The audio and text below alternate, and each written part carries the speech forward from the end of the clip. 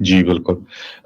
ਅਗਲੀ ਖਬਰ ਵੱਲ ਚਲੀਏ ਜੋ ਰਸ਼ੀਆ ਤੇ ਯੂਕਰੇਨ ਵਾਰ ਦੇ ਸੰਬੰਧ ਦੇ ਵਿੱਚ ਆ। ਰਸ਼ੀਆ ਨੇ ਇੱਕ ਵਾਰੀ ਫੇਰ ਆਪਣੀਆਂ ਮਿਜ਼ਾਈਲਾਂ ਆ ਜੋ ਉਹ ਖਰਸਨ ਵਾਲਾ ਏਰੀਆ ਆ, ਉੱਥੇ ਜੋ ਰੈਸਕਿਊ ਵਰਕਰ ਸੀ ਉਹਨਾਂ ਵੱਲ ਛੱਡੀਆਂ ਹੈਗੀਆਂ ਆ। ਡਰੋਨ ਅਟੈਕ ਵੀ ਰਿਪੋਰਟ ਕੀਤੇ ਗਏ ਆ ਪੂਰੇ ਯੂਕਰੇਨ ਦੇ ਵਿੱਚ। ਇੱਕ ਬੰਦੇ ਦੀ ਮੌਤ ਹੋਈ ਆ, 7 ਜਾਣੇ ਪੂਰੀ ਤਰ੍ਹਾਂ ਫੱਟੜ ਹੋਏ ਹੈਗੇ ਆ। ਤੇ ਮੱਡ ਵਗੈਰਾ ਨੂੰ ਕਲੀਨ ਕੀਤਾ ਜਾ ਰਿਹਾ ਜਿੱਥੇ ਡਰੋਨ ਦੇ ਨਾਲ ਉਹਨਾਂ ਨੇ ਬੰਬ ਸੁੱਟੇ ਸੀ। ਏਅਰ ਰੇਡਸ ਰਿਪੋਰਟ ਹੋਈਆਂ, ਲੀਵ, ਕੀਵ, ਜ਼ਪਰਜ਼ੀਆ, ਇਹ ਜੋ ਸਾਰਾ ਇਹ ਟਾਊਨ ਹੈਗੇ ਇਹਨਾਂ ਦੇ ਸਾਰਿਆਂ ਦੇ ਵਿੱਚ ਇਹ ਰਿਪੋਰਟ ਹੋਈਆਂ ਹੈਗੀਆਂ। ਤੇ ਰਸ਼ੀਅਨ ਆਰਮੀ ਨੇ ਰੈਸਕਿਊ ਵਰਕਰਸ ਜੋ ਖਰਸਨ ਦੇ ਵਿੱਚ ਸੀ ਉਹਨਾਂ ਦੇ ਉੱਤੇ ਇਹ ਸ਼ੈਲਿੰਗ ਕੀਤੀ ਆ। ਹਜੇ ਤੱਕ ਇਹ ਜੋ ਕਲੇਮ ਆ ਇੰਡੀਪੈਂਡੈਂਟਲੀ ਵੈਰੀਫਾਈ ਨਹੀਂ ਹੋਇਆ ਹੈਗਾ, ਪਰ ਯੂਕਰੇਨ ਦੀਆਂ ਜੋ ਲੋਕ ਆ ਉਹਨਾਂ ਨੇ ਦੱਸਿਆ ਹੈਗਾ।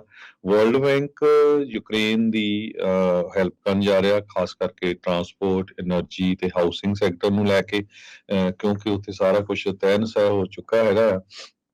ਐਨਾ ਬਿਯਰਡੇ ਉਹਨਾਂ ਨੇ ਅੱਜ ਕਿਹਾ ਆ ਕਿ ਯੂਕਰੇਨ ਦੀ ਜੋ ਰਿਕਵਰੀ ਆ ਉਹ ਉਸ ਦੇ ਵਿੱਚ ਆਪਾਂ ਪੂਰੀ ਤਰ੍ਹਾਂ ਹੈਲਪ ਕਰਨ ਜਾ ਰਹੇ ਹੈਗੇ ਆ। ਕਖੋਵਕਾ ਇੱਕ ਹਾਈਡਰੋ ਇਲੈਕਟ੍ਰਿਕ ਡੈਮ ਹੈਗਾ ਜਿਹਦਾ ਬਹੁਤ ਵੱਡਾ ਡੈਮੇਜ ਹੋਇਆ ਆ, ਉਹਦੇ ਤੇ 1.2 ਬਿਲੀਅਨ ਡਾਲਰ ਯੂਰੋ ਦਾ ਡੈਮੇਜ ਆ। ਉਸ ਦੀ ਵੀ ਉਹ ਹੈਲਪ ਕਰਨ ਜਾ ਰਹੇ ਆ। ਰਸ਼ੀਆ ਹੈਲ ਡੈਮ ਜੂਨ 6 ਨੂੰ ਇੱਕ ਤਰ੍ਹਾਂ ਦੇ ਨਾਲ ਕਲੈਪਸ ਹੋ ਗਿਆ ਸੀ, ਉਹਦੇ ਉੱਤੇ ਬੰਬ ਮਾਰੇ ਗਏ ਸੀ ਜਿਹਦੇ ਨਾਲ 50 ਤੋਂ ਵੱਧ ਬੰਦੇ ਮਾਰੇ ਵੀ ਜਾ ਚੁੱਕੇ ਆ ਤੇ ਬਹੁਤ ਵੱਡਾ ਏਰੀਆ ਫਲੱਡ ਹੋ ਗਿਆ ਸੀ। 20,000 ਤੋਂ ਵੱਧ ਜੋ ਐਨੀਮਲਸ ਆ ਉਹ ਵੀ ਮਾਰੇ ਜਾ ਚੁੱਕੇ ਹੈਗੇ ਆ।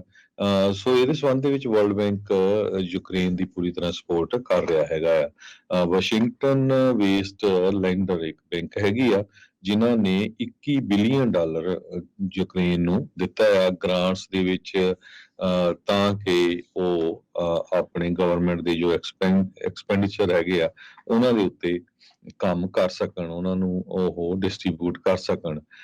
ਸੋ ਕਹਿੰਦੇ ਏਦਾਂ ਜਿਹੜਾ ਬਜਟ ਦੀ ਸਪੋਰਟ ਆ ਉਹ ਕੰਟੀਨਿਊ ਰਹੂਗੀ।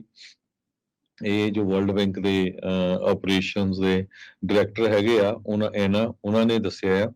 ਯੂਕਰੇਨ ਰਿਕਵਰੀ ਕਾਨਫਰੰਸ 21 ਤੇ 22 ਜੂਨ ਨੂੰ ਹੋ ਰਹੀ ਆ, ਉਹਦੇ ਵਿੱਚ ਉਹ ਇੰਟਰਨੈਸ਼ਨਲ ਸਪੋਰਟ ਨੂੰ ਕਿਸ ਤਰ੍ਹਾਂ ਇਕੱਠੇ ਕਰਨਾ ਹੈਗਾ ਆ, ਕਿੱਦਾਂ ਲੈਣੀ ਹੈਗੀ ਆ ਤਾਂ ਕਿ ਯੂਕਰੇਨ ਦੀ ਰਿਕਵਰੀ ਹੋ ਸਕੇ ਇਸ ਜੰਗ ਤੋਂ।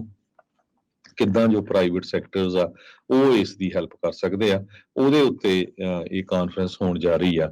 ਯੂਰਪੀਅਨ ਕਮਿਸ਼ਨ ਦੇ ਜੋ ਪ੍ਰੈਜ਼ੀਡੈਂਟ ਉਰਸੁਲਾ ਵੌਨ ਡਰ ਲੇਅਨ ਹੈਗੇ ਆ, ਉਹਨਾਂ ਨੇ ਵੀ ਯੂਕਰੇਨ ਨੂੰ ਇੱਕ ਏਡ ਪੈਕੇਜ ਐਲਾਨ ਕੀਤਾ ਹੈ ਜੋ 50 ਬਿਲੀਅਨ ਡਾਲਰ ਦਾ ਆ। ਇਹ ਰਿਊਟਰਸ ਰਿਪੋਰਟ ਕਰ ਰਿਹਾ ਹੈਗਾ। ਜਰਮਨ ਦੇ ਚਾਂਸਲਰ ਓਲਫ ਸ਼ੋਲਜ਼ ਉਹਨਾਂ ਨੇ ਚਾਈਨਾ ਨੂੰ ਵੀ ਕਾਲ ਕੀਤੀ ਆ, ਕਿਉਂਕਿ ਚਾਈਨਾ ਵਾਲਿਆਂ ਦੇ ਅੱਜ ਕੱਲ੍ਹ ਰਸ਼ੀਆ ਦੇ ਨਾਲ ਗੁੱਡ ਰਿਲੇਸ਼ਨ ਹੈਗੇ ਆ। ਤੇ ਚਾਈਨਾ ਦੇ ਪ੍ਰੀਮੀਅਰ ਲੀ ਕੁਇੰਗ ਉਹਨਾਂ ਨੂੰ ਬਾਇਲੇਟਰਲ ਟਾਕਸ ਕਰਨੀਆਂ ਚਾਹੀਦੀਆਂ ਹੈਗੀਆਂ ਰਸ਼ੀਆ ਦੇ ਨਾਲ, ਤਾਂ ਕਿ ਰਸ਼ੀਆ ਤੇ ਯੂਕਰੇਨ ਦੋਨਾਂ ਮੁਲਕਾਂ ਦੇ ਨਾਲ, ਤਾਂ ਕਿ ਜੋ ਇਹ ਲੜਾਈ ਆ ਇਹਦਾ ਅੰਤ ਕੀਤਾ ਜਾ ਸਕੇ। ਯੂਕਰੇਨੀਅਨ ਕਿਕ ਬਾਕਸਿੰਗ ਚੈਂਪੀਅਨ ਮੈਕੀਅਮ ਬੋਰਡਰਸ ਉਹ ਰਸ਼ੀਅਨ ਫੋਰਸਿਸ ਦੇ ਨਾਲ ਲੜਦਾ ਹੋਇਆ ਉਹਦੀ ਮੌਤ ਹੋ ਗਈ ਆ। ਬਹੁਤ ਪਪੂਲਰ ਕਿਕ ਬਾਕਸਿੰਗ ਦਾ ਇਹ ਚੈਂਪੀਅਨ ਸੀ, ਯੂਕਰੇਨ ਦੇ ਵਿੱਚ ਬਹੁਤ ਹੀ ਪਪੂਲਰ ਸੀ, ਹਰ ਕੋਈ ਉਹਦੀ ਜਿਹੜੀ ਐਪਰੀਸ਼ੀਏਸ਼ਨ ਕਰਦਾ ਸੀ, ਪਰ ਆਪਣੇ ਮੁਲਕ ਨੂੰ ਬਚਾਉਣ ਦੇ ਲਈ ਉਸਨੇ ਆਪਣੀ ਬਾਕਸਿੰਗ ਛੱਡ ਕੇ ਬੰਦੂਕ ਚੱਕ ਕੇ ਉਸਨੇ ਰਸ਼ੀਆ ਦੇ ਨਾਲ ਲੜਨਾ ਸ਼ੁਰੂ ਕੀਤਾ ਹੋਇਆ ਸੀ। 11 ਜੂਨ ਨੂੰ ਕਹਿੰਦੇ ਬੋਰਡਰਸ ਦੀ ਮੌਤ ਹੋ ਗਈ ਸੀ ਜਦੋਂ ਰਸ਼ੀਅਨ ਇਨਵੇਡਰਸ ਵੱਡੀ ਗਿਣਤੀ ਦੇ ਵਿੱਚ ਇਨਵੇਡ ਕਰ ਗਏ ਸੀ ਯੂਕਰੇਨ ਦੇ ਵਿੱਚ। ਤੇ ਨਾਨ ਓਲੰਪਿਕ ਸਪੋਰਟਸ ਦੇ ਹੋਰ ਬਹੁਤ ਸਾਰੀਆਂ NGOs, ਹੋਰ ਫੈਡਰੇਸ਼ਨਸ, ਸਪੋਰਟਸ ਕਮੇਟੀਜ਼, ਉਹਨਾਂ ਨੇ ਇੱਕ ਵੈਬਸਾਈਟ ਵੀ ਸੈਟਅਪ ਕੀਤਾ ਹੈ ਉਸਦੀ ਫੈਮਿਲੀ ਦੀ ਸਪੋਰਟ ਕਰਨ ਦੇ ਲਈ। ਜੋ ਟੈਲੀਗ੍ਰਾਮ ਤੇ ਵਾਈਬਰ ਮੈਸੇਜਿੰਗ ਐਪਸ ਹੈਗੀਆਂ ਆ, ਇਹ ਮਾਸਕੋ ਨੇ ਕਹਿੰਦੇ ਫਾਈਨ ਕੀਤਾ ਉਹਨਾਂ ਨੂੰ, ਕਿਉਂਕਿ ਰਸ਼ੀਆ ਦੇ ਕੁਛ ਮੈਸੇजेस ਆ ਉਹਨਾਂ ਨੂੰ ਉਹਨਾਂ ਨੇ ਡਿਲੀਟ ਨਹੀਂ ਕੀਤਾ ਸੀਗਾ।